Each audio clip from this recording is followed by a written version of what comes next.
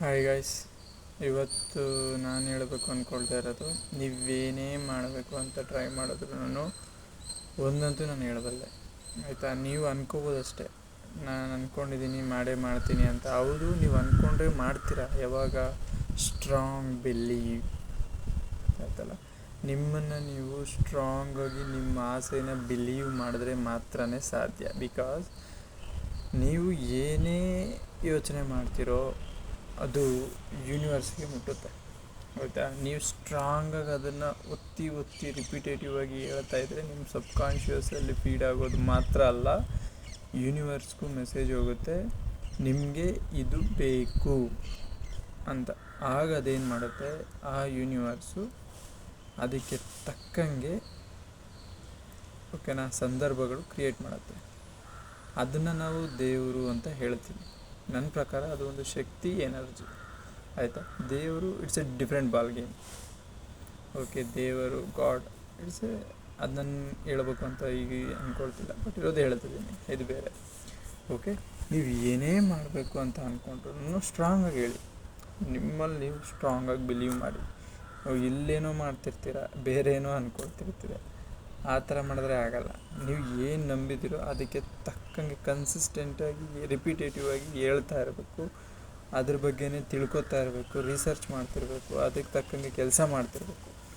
ಆಗ ಮಾತ್ರ ನೀವು ಅಂದ್ಕೊಂಡಿದ್ದು ಮಾಡೋಕ್ಕೆ ಸಾಧ್ಯ, ಆ ಸಂದರ್ಭ ಬರುತ್ತೆ. ಅರ್ಥ ಆಯ್ತಲ್ಲ. ಆ ಎನರ್ಜಿ ಇದೆ ಅಲ್ಲ, ಯೂನಿವರ್ಸಲ್ಲಿರೋ ಎನರ್ಜಿ ಏನಾಗುತ್ತೆ, ಕ್ರಿಯೇಟ್ ಮಾಡುತ್ತೆ, ಎನರ್ಜಿ ಕ್ರಿಯೇಟ್ ಮಾಡುತ್ತೆ ನಿಮಗಾಗಿ. ನಿಮಗಿದು ಬೇಕು ಅಂತ ಅಂದರೆ ದಟ್ ಇಸ್, ನಾವು ಅದನ್ನು ಪಾಸಿಟಿವಿಟಿ ಅಂತಲೂ ಹೇಳ್ತೀವಿ. ಓಕೆನಾ, ಏನು ಬೇಕೋ ಹೇಳ್ಬೋದು, ಆದರೆ ರಿಯಾಲಿಟಿ ಅಂತೂ ಇದೆ. ಓಕೆ, ಯೂನಿವರ್ಸಿಗೆ ನಿಮ್ಗೇನು ಬೇಕು ಅಂತ ನೀವು ಕರೆಕ್ಟಾಗಿ ಕೇಳಿಕೊಂಡ್ರೆ ಸ್ಟ್ರಾಂಗಾಗಿ 100% ಅದು ರಿಟರ್ನ್ ಕೊಡುತ್ತೆ.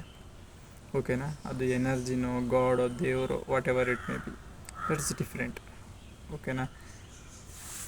ಮತ್ತು ಇನ್ನೊಂದೇನು ಅಂದರೆ, ನೀವು ಒಂದಂತೂ ನಾನು ಪಕ್ಕ ಹೇಳ್ತೀನಿ, ಆ ಕೆಲಸ ಎಲ್ಲರೂ ಮಾಡಿದ್ರೆ ಆಗುತ್ತೆ ಅಂತ ಹೇಳ್ತಾರೆ. ಅಕಸ್ಮಾತ್ ಆಗಿಲ್ಲ ಅಂದರೆ ಏನು ಮಾಡಬೇಕು ಅಂತಲೂ ನಾನು ಹೇಳ್ತೀನಿ, ಯಾಕೆ ಆಗೋದಿಲ್ಲ ಅಂತಲೇ ಹೇಳ್ತೀನಿ, ಆಯಿತಾ. ನೀವೀಗ ಏನೇ ಮಾಡಬೇಕು ಅಂತ ಹೋದರೂ ಸಹ, ಓಕೆನಾ, ಏನೇ ಮಾಡಬೇಕಂತ ಹೋದರೂ ಸಹ ಸಮಾಜದ ಅಂದರೆ ಸೊಸೈಟಿದು ಸಪೋರ್ಟ್ ಬೇಕು, 100% ಬೇಕು ಅಲ್ವಾ. ಓಕೆ, ಅದೇ ಥರನೇ ಎಷ್ಟು ಜನ ಎಷ್ಟು ಥರ ಅಂದ್ಕೊಂಡಿರ್ತಾರೆ. ನೀವು ನಿಮ್ಮ ಕಾಮನ್ ಮೈಂಡಿಂದ ಥಿಂಕ್ ಮಾಡಬೇಡಿ, ಸ್ವಲ್ಪ out of the box think ಮಾಡಿ. ಓಕೆನಾ, ಇಲ್ಲಿರೋದು ಒಂದೇ ಭೂಮಿ, ಆದರೆ ಯೋಚನೆ ಮಾಡ್ತಿರೋ ರೀತಿಗಳು ಬೇರೆ ಬೇರೆ. ನನ್ನ ಪ್ರಕಾರ ಎಲ್ಲರೂ ಒಂದೇ. ಓಕೆನಾ, ಸೋಲ್ ಅಂದರೆ ಆತ್ಮ ಎಲ್ಲ ಒಂದೇ. ನೀವು ಕರೆಕ್ಟಾಗಿ ಗಮನಿಸಿ ನೋಡಿದ್ರೆ ನಿಮ್ಮ ಆತ್ಮದಿಂದ ಇನ್ನೊಬ್ಬರು ಏನು ಮಾಡ್ತಾರೆ ಅನ್ನೋದನ್ನ ನೀವು ಫೀಲ್ ಮಾಡ್ಬೋದು, ನಿಮ್ಮ ಎದುರುಗಳಿರೋರನ್ನ. ರೀಸನ್, ಆ ಎನರ್ಜಿ ನಿಮ್ಮ ಎನರ್ಜಿ ಒಂದೇ. ಓಕೆನಾ, ಸ್ಟ್ರಾಂಗಾಗಿ ನೀವು ಅದನ್ನ ಅಬ್ಸರ್ವ್ ಮಾಡಿದ್ರೆ 100% ನೋಡ್ತೀರ, ಪಕ್ಕ ಅದನ್ನು ನೀವು ಫೀಲ್ ಮಾಡ್ಬೋದು. ಈಗ ನೆಕ್ಸ್ಟ್ ಇದು ಈ ಮೂವ್ ಮಾಡ್ತಾನೆ ಅಂತ ಎಷ್ಟೋ ಸಲ ನಿಮ್ಗೆ ಆಲ್ರೆಡಿ ಆಗಿರುತ್ತೆ, ನಾನು ಇದು ಅಂದ್ಕೊಂಡಿದ್ದಾಯಿತು ಅಂತ. That is the power of soul. ಅರ್ಥ ಇದೆಯಲ್ಲ.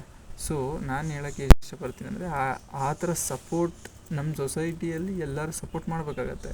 ಒಬ್ಬೊಬ್ಬರು ಒಂದೊಂದು ಯೋಚನೆ ಮಾಡ್ತಿರೋದ್ರಿಂದ ಯೂನಿವರ್ಸ್ಗೆ ಏನು ಮಾಡಬೇಕು ಅಂತ ಎಕ್ಸಾಕ್ಟ್ಲಿ ಕಷ್ಟ ಇದೆ ತಿಳ್ಕೊಡೋದು.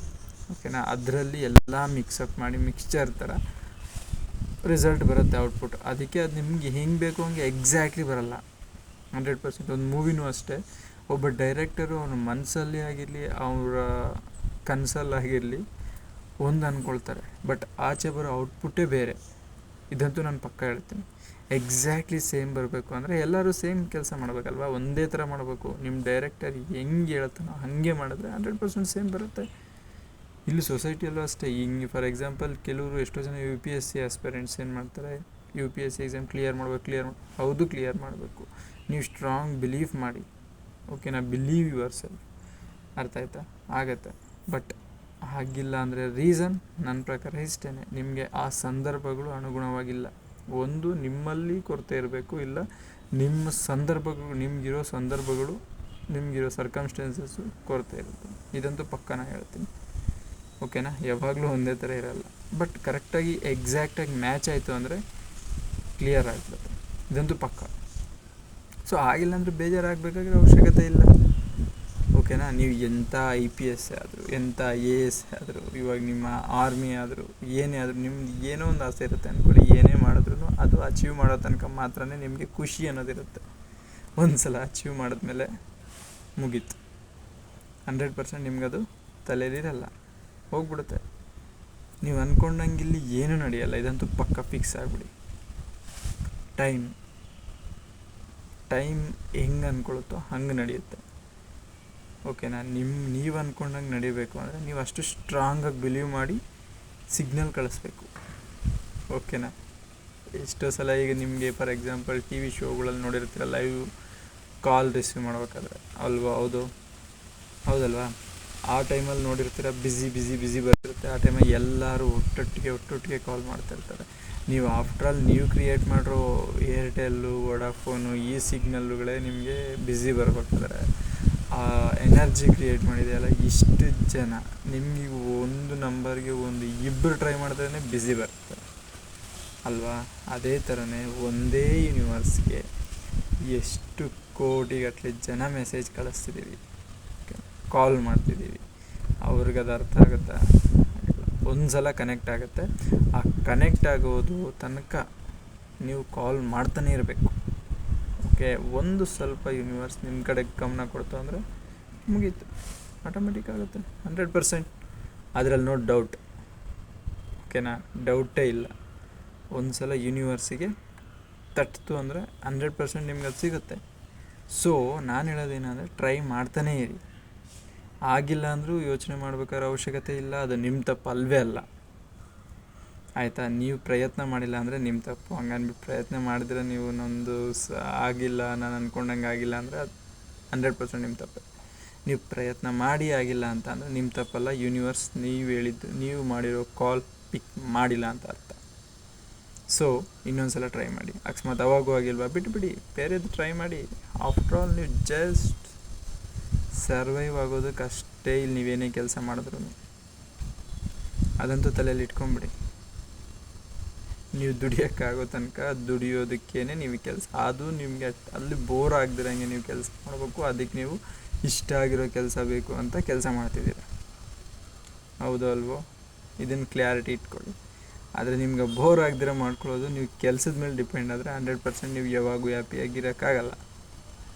ಇದು ರಿಯಾಲಿಟಿ. ಓಕೆನಾ? ನೀವಿರೋ ರೀತಿಯಲ್ಲಿ ಖುಷಿಪಟ್ಟರೆ,